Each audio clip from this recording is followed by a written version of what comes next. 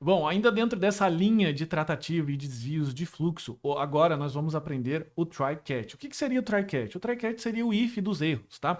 Então aqui, normalmente, vamos tentar, normalmente nós utilizamos aqui essa tentativa de execução, por exemplo, de uma consulta de API, um banco de dados, gravação de arquivos, etc. Ou seja, nós vamos encapsular a nossa execução desse código para toda e qualquer comunicação que nós faremos com algum serviço externo. Porque pensa comigo, se nós vamos consultar um servidor, esse servidor pode estar offline, pode ter mudado de endereço, pode ter mudado a senha, o banco de dados pode não ser o mesmo, o disco pode, por exemplo, ao tentar gravar um arquivo, o disco pode estar cheio. Então, normalmente, você utiliza esse try aqui como se fosse o if dos erros, quando você vai tentar fazer alguma coisa que tem uma comunicação externa. Você não precisa fazer isso, por exemplo, para executar aqui um console.log, um simples console.log. Por quê? Porque, cara, a chance do console log dar erro nunca vai acontecer, então você vai estar desperdiçando código, tá? Então, via de regra, o que você faz? Abre um try-catch para fazer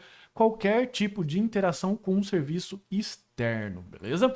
E daí o que acontece? Se por um acaso esse serviço externo der algum problema, ele vai cair na execução do catch. Então o catch, a grosso modo, ele seria o else do seu if, beleza? Então, if tenta executar. Deu algum problema? Else, ele cai aqui no catch, ok?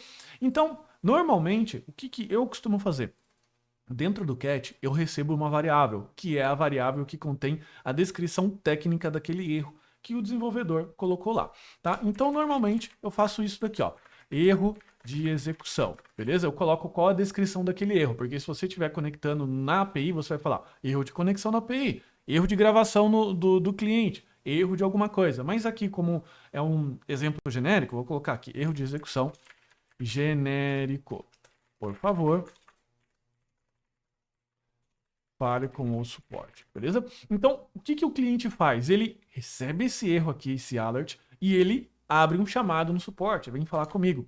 Só que esse erro aqui ainda é muito amigável, ele não traz muito detalhe, beleza? Porque se eu colocar aqui um alert erro, aí sim você vai ter problema, porque o usuário vai receber um erro todo em inglês, difícil de ler, ele vai saber, ele não vai saber o que ele vai poder fazer. Então, o que eu costumo colocar? Console.error, e aqui eu coloco o erro, beleza? Por quê? Porque isso daqui mostra para o usuário uma mensagem bonitinha, e isso daqui mostra para mim, tecnicamente, aqui nesse console de erro, quando eu abrir, qual é, de fato, o problema, beleza?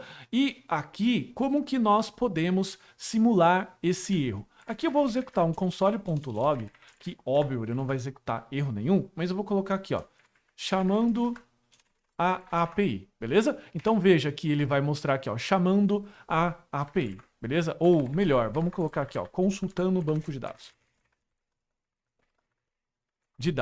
Daí o que você vai fazer? Você vai pegar lá, normalmente, o seu objeto de conexão, você vai fazer aqui, ó, select a tabela clientes. Não é assim que faz, tá? Eu tô colocando isso aqui só para você entender, só para ilustrar. Só que isso daqui é um ponto de falha. Por quê? Porque ele consulta um serviço externo. Então, esse serviço pode estar, inclusive, offline. Esse ponto de falha aqui, provavelmente, vai dar problema. E o que ele vai fazer caso dê esse problema? Ele vai executar o catch. Como a gente não tem nenhum banco de dados conectado aqui, a gente vai utilizar o cara que dispara esse erro, o cara que dispara o try catch. Beleza? Que seria o true, beleza? Então o que você vai fazer aqui? Você vai colocar aqui, normalmente, o true, que é o disparador disso daqui. Então veja que no momento que eu estava chamando a API, deixa só eu mudar a mensagem, consultando o banco de dados, quando eu colocar esse comando, que normalmente está aqui dentro desse select, beleza? Lá o desenvolvedor fez toda a tratativa e ele vai colocar o true aqui, beleza? Ele vai colocar, olha só, eu não consigo executar isso daqui. Nesse caso aqui, ele precisa de uma mensagem. Ó, erro de... Vou colocar erro 1032 ao conectar com o banco de dados. Isso daqui vai ser o que o desenvolvedor que criou a parte do banco de dados vai retornar para você. Beleza? Então, olha só, ele vai disparar alguma coisa, beleza? E daí ele vai mostrar para você erro 1032 ao conectar no banco de dados. Se eu abrir aqui meu Google Chrome, que é o que está rodando aqui, olha só, o alert vai parar aqui, ó. Erro de execução genérico, por favor, fale com o suporte. Então, o usuário vai receber isso daqui, a tela tá branca, porque a gente não está mostrando desenho nenhum. Quando ele clicar no OK, isso aqui vai ser mostrado no console, beleza? Então veja que o throw, ele dispara o cat, ok? Ele dispara o cat para que você possa tratar esse erro, beleza? E aqui, esse erro, ele é disparado pelo throw. Se o throw nunca for disparado, ele vai executar normalmente. Tanto que eu posso colocar depois outro comando. Então eu faço a consulta ao banco de dados e executo outro comando, tá? Se por acaso o throw acontecer, ele vai parar na execução do consultando o banco de dados. Só tem que lembrar que o alert está aqui na outra janela. Eu vou só comentar o alert aqui, só para ficar mais fácil a execução do nosso fluxo, tá vendo? Então ele para aqui, desvia o seu fluxo para o cat e executa o que estiver dentro do cat. Mas e o finally? Para que serve? Ele sempre executa ao final de algo, tanto do try quanto do cat, beleza? Então eu vou colocar aqui, ó, console.log execução final, beleza? Eu vou colocar então aqui, olha, então veja, de novo, que ele está fazendo essa parte aqui, ó, consultando o banco de dados, outro comando, execução final. Ele executou quando o try funcionou perfeitamente. Ele vai executar também nessa condição, quando tem o cat e depois o finally, beleza? Então ele tenta executar o banco de dados, consultar o banco de dados, o throw disparou, caiu aqui no cat, ele fez a mensagem de erro. Essa mensagem aqui vermelha é quando eu coloco o console.error, beleza? Ele mostra isso daqui para mim. E depois ele executa esse bloco de execução final. Para que serve o finally? Normalmente ele é opcional, tá? Você pode removê-lo dessa forma, tá? E ele executa sempre quando você precisa fazer, por exemplo, eu tentei gravar um arquivo, então criei um diretório, criei um arquivo.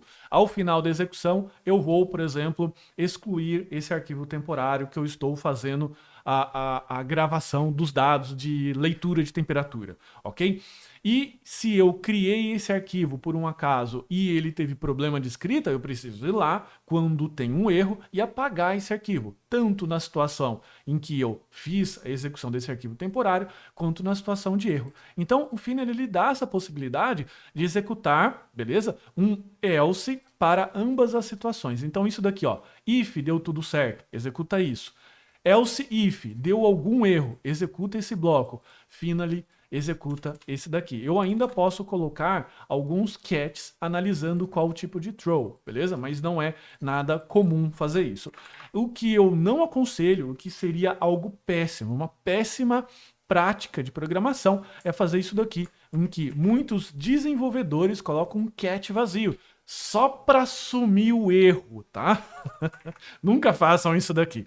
Então, se eu tento, veja, executar o try, eu tenho um erro. Ele tenta fazer a conexão com o banco de dados retorna o erro, mas, cara, para o usuário funcionou. Tá tudo certinho, tá tudo legal, sendo que não foi. Ele tem um erro no banco de dados. O seu outro comando não foi executado. Então, por favor, nunca coloque um cat vazio, tá? Sempre mostre uma informação para o usuário, mostre um alerta, dispara o alerta vermelho aí no seu no escritório, acende todas as luzes, faça alguma coisa, só não deixe o cat vazio.